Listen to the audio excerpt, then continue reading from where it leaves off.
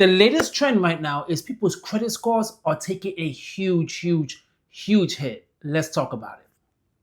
All right, new this morning, new data showing that credit scores are falling at the fastest pace in the U.S. since the Great Recession as Americans struggle to keep up with the rising cost of living.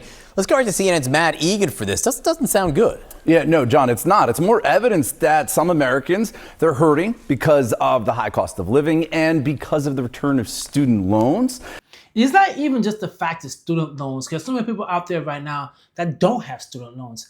It's the cost of living is extremely high. And some people been living on credit cards, not just to survive, due to the fact of they want some happiness in life. They want some joy in their life. So they go ahead and use their credit card to buy a Taylor Swift concert, to buy a Bad Bunny concert. But the problem is, guys, they thinking you could just pay it off, pay the minimum payment, and eventually things will get better and you pay it off, everything is great. And it's not the case. And from that moment on, it's just woof. It's just going right down the hill. What next thing you know, you're using to pay bills because you're falling behind. Groceries are so expensive. People are using so much credit cards that now they are drowning. And the credit score is not only getting hit due to the fact of people getting missed payments. That's certainly happened as well. But it's due to the fact of people's balance is extremely close to the limit. So the debt to income ratio is extremely high. They're not getting any more credit. And due to that, they're drowning and the scores are getting hit. And yes, on top of that, student loans getting added, getting reintroduced to make those payments.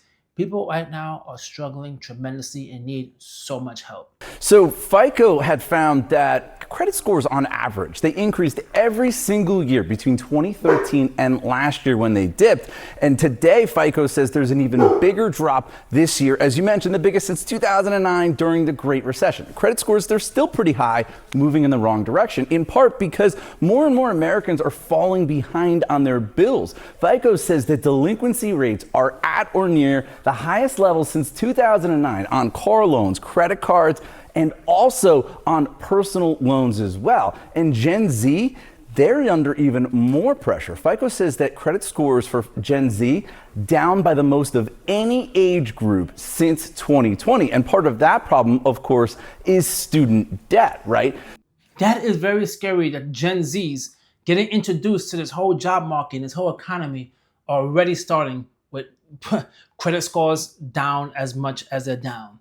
That is really a scary situation. And this lets you know how bad the economy is. But guys, I want to ask you a question. What can we do during these times? What can we do? Right? Like what is going to happen in order for things to get better? I really don't know. I really don't know. I know people are hoping and praying the politicians will fix it. They're not gonna fix it. Right? They're not gonna fix it. As much as they promise they will, they're not going to fix it. Listen. Let's not make it so political, but let's be honest. If everything was about making things better for people's wallets, then a tariff doesn't help. Yes, I understand what Trump is saying. He's trying to do tariffs to bring jobs back in his country and other reasons. I get that.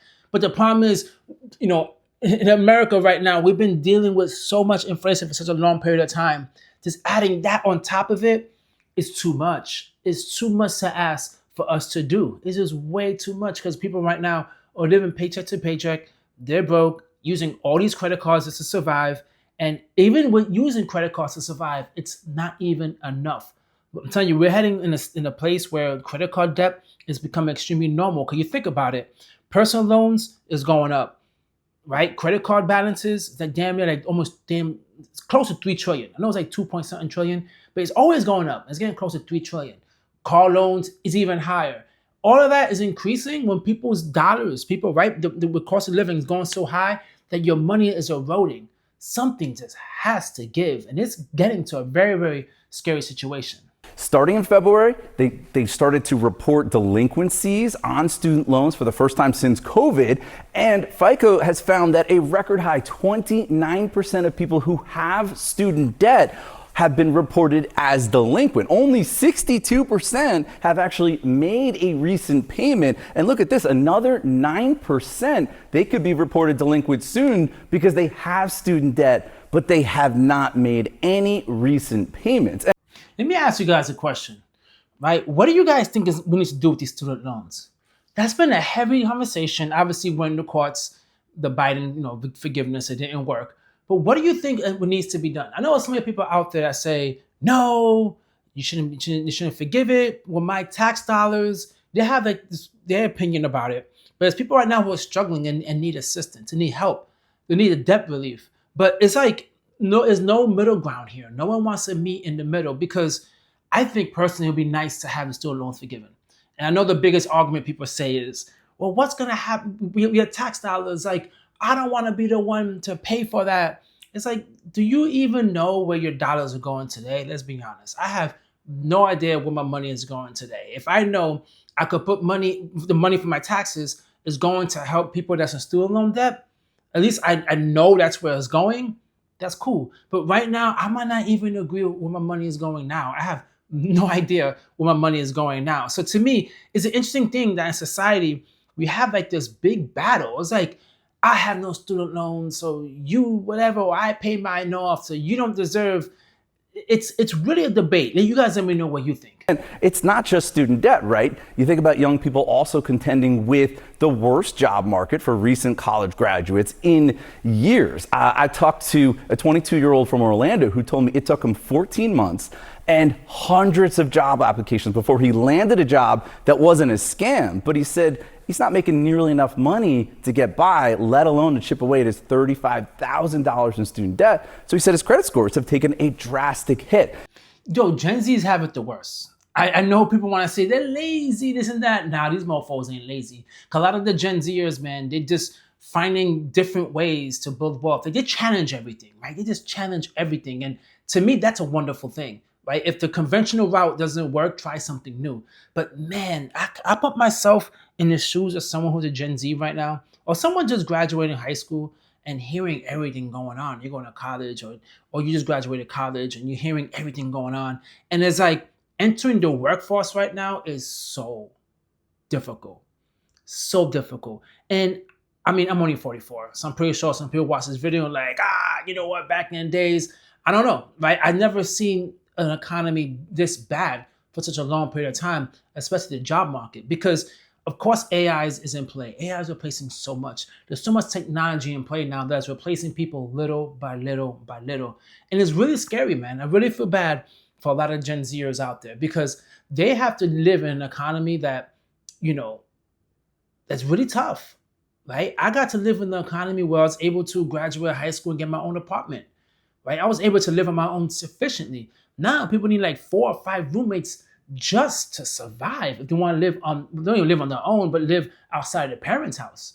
So it's like, what is going on here, man? Like, it's really, really tough, man. It's a very scary situation right now within the job market. And credit scores to me is the least important thing about this all. We just need to get people's wages up. And he's not alone. FICO found that almost 2/3, 64% of Gen Z student borrowers, they rely on more debt just to get by. That's people who have student debt. They've got to rely on credit cards and buy now, pay later, and also personal loans just to pay their bills. So, John, I do think this is just more evidence of the K-shaped economy, right? Where a lot of people who have money in the market, they own their home, they're doing okay. Others are not. And it just shows this disconnect where you got Wall Street, there's all this euphoria.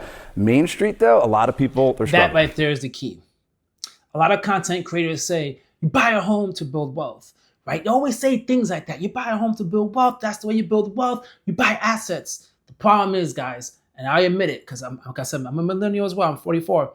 During the times when stocks and home ownership was cheaper, I was able to take advantage of it.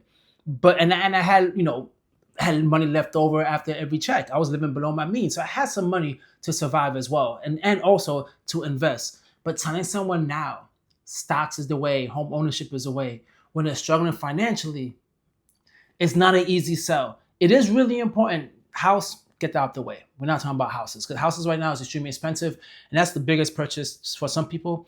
They're going to make an entire life. But with stocks, I still recommend, if your job has a 401k, and get the match, invest in S&P 500. The amount of money you invest doesn't need to be an astronomical amount. It could be a few hundred or under 100, whatever it is, just to get that habit rolling. That way, when you're getting an increase in your income, you start putting more inside, you increase your lifestyle slowly. Right now for the Gen Zers, man, it's really all about increasing your lifestyle slowly and your investment slowly and it's about the patient game. You're going to win. Eventually, you will win if you remain patient and you have a very, very good, solid foundation. That is more important than anything else, because it's hard now to build wealth. It's a lot harder as far as like investing in the market, dollar cost averaging. Yeah, you could start your own side hustle or whatever. But let's just talk about just investing. It's harder now. But guys, let me tell you something. It's easy right now. I mean, there is no other time in life where it's easier to get yourself into a massive amount of debt. You can get yourself into so much debt within one day. You can start using buy now, pay later. You're racking up credit cards. There's so many things you could do now to get into so much trouble financially that scares you the most. Because when things get better, because eventually it will get better, you put yourself in a horrible position that where now the raises that you wish you would have had is not enough to get you, debt free or to help you build wealth. Now you need even more on top of that because of the lifestyle that you live in. Well, guys, drop a comment down below and let me know, what do you think? What's currently going on with the Gen Zers? Is the credit score really that big of a deal, especially now in 2025? Or do you feel like, yeah, it's still a big deal and you need to do whatever it takes to hold on to it? I know a lot of people out there like, screw your credit score. Some people don't even believe in it, but I want to hear what you guys have to say. Catch you guys in my next video. Peace.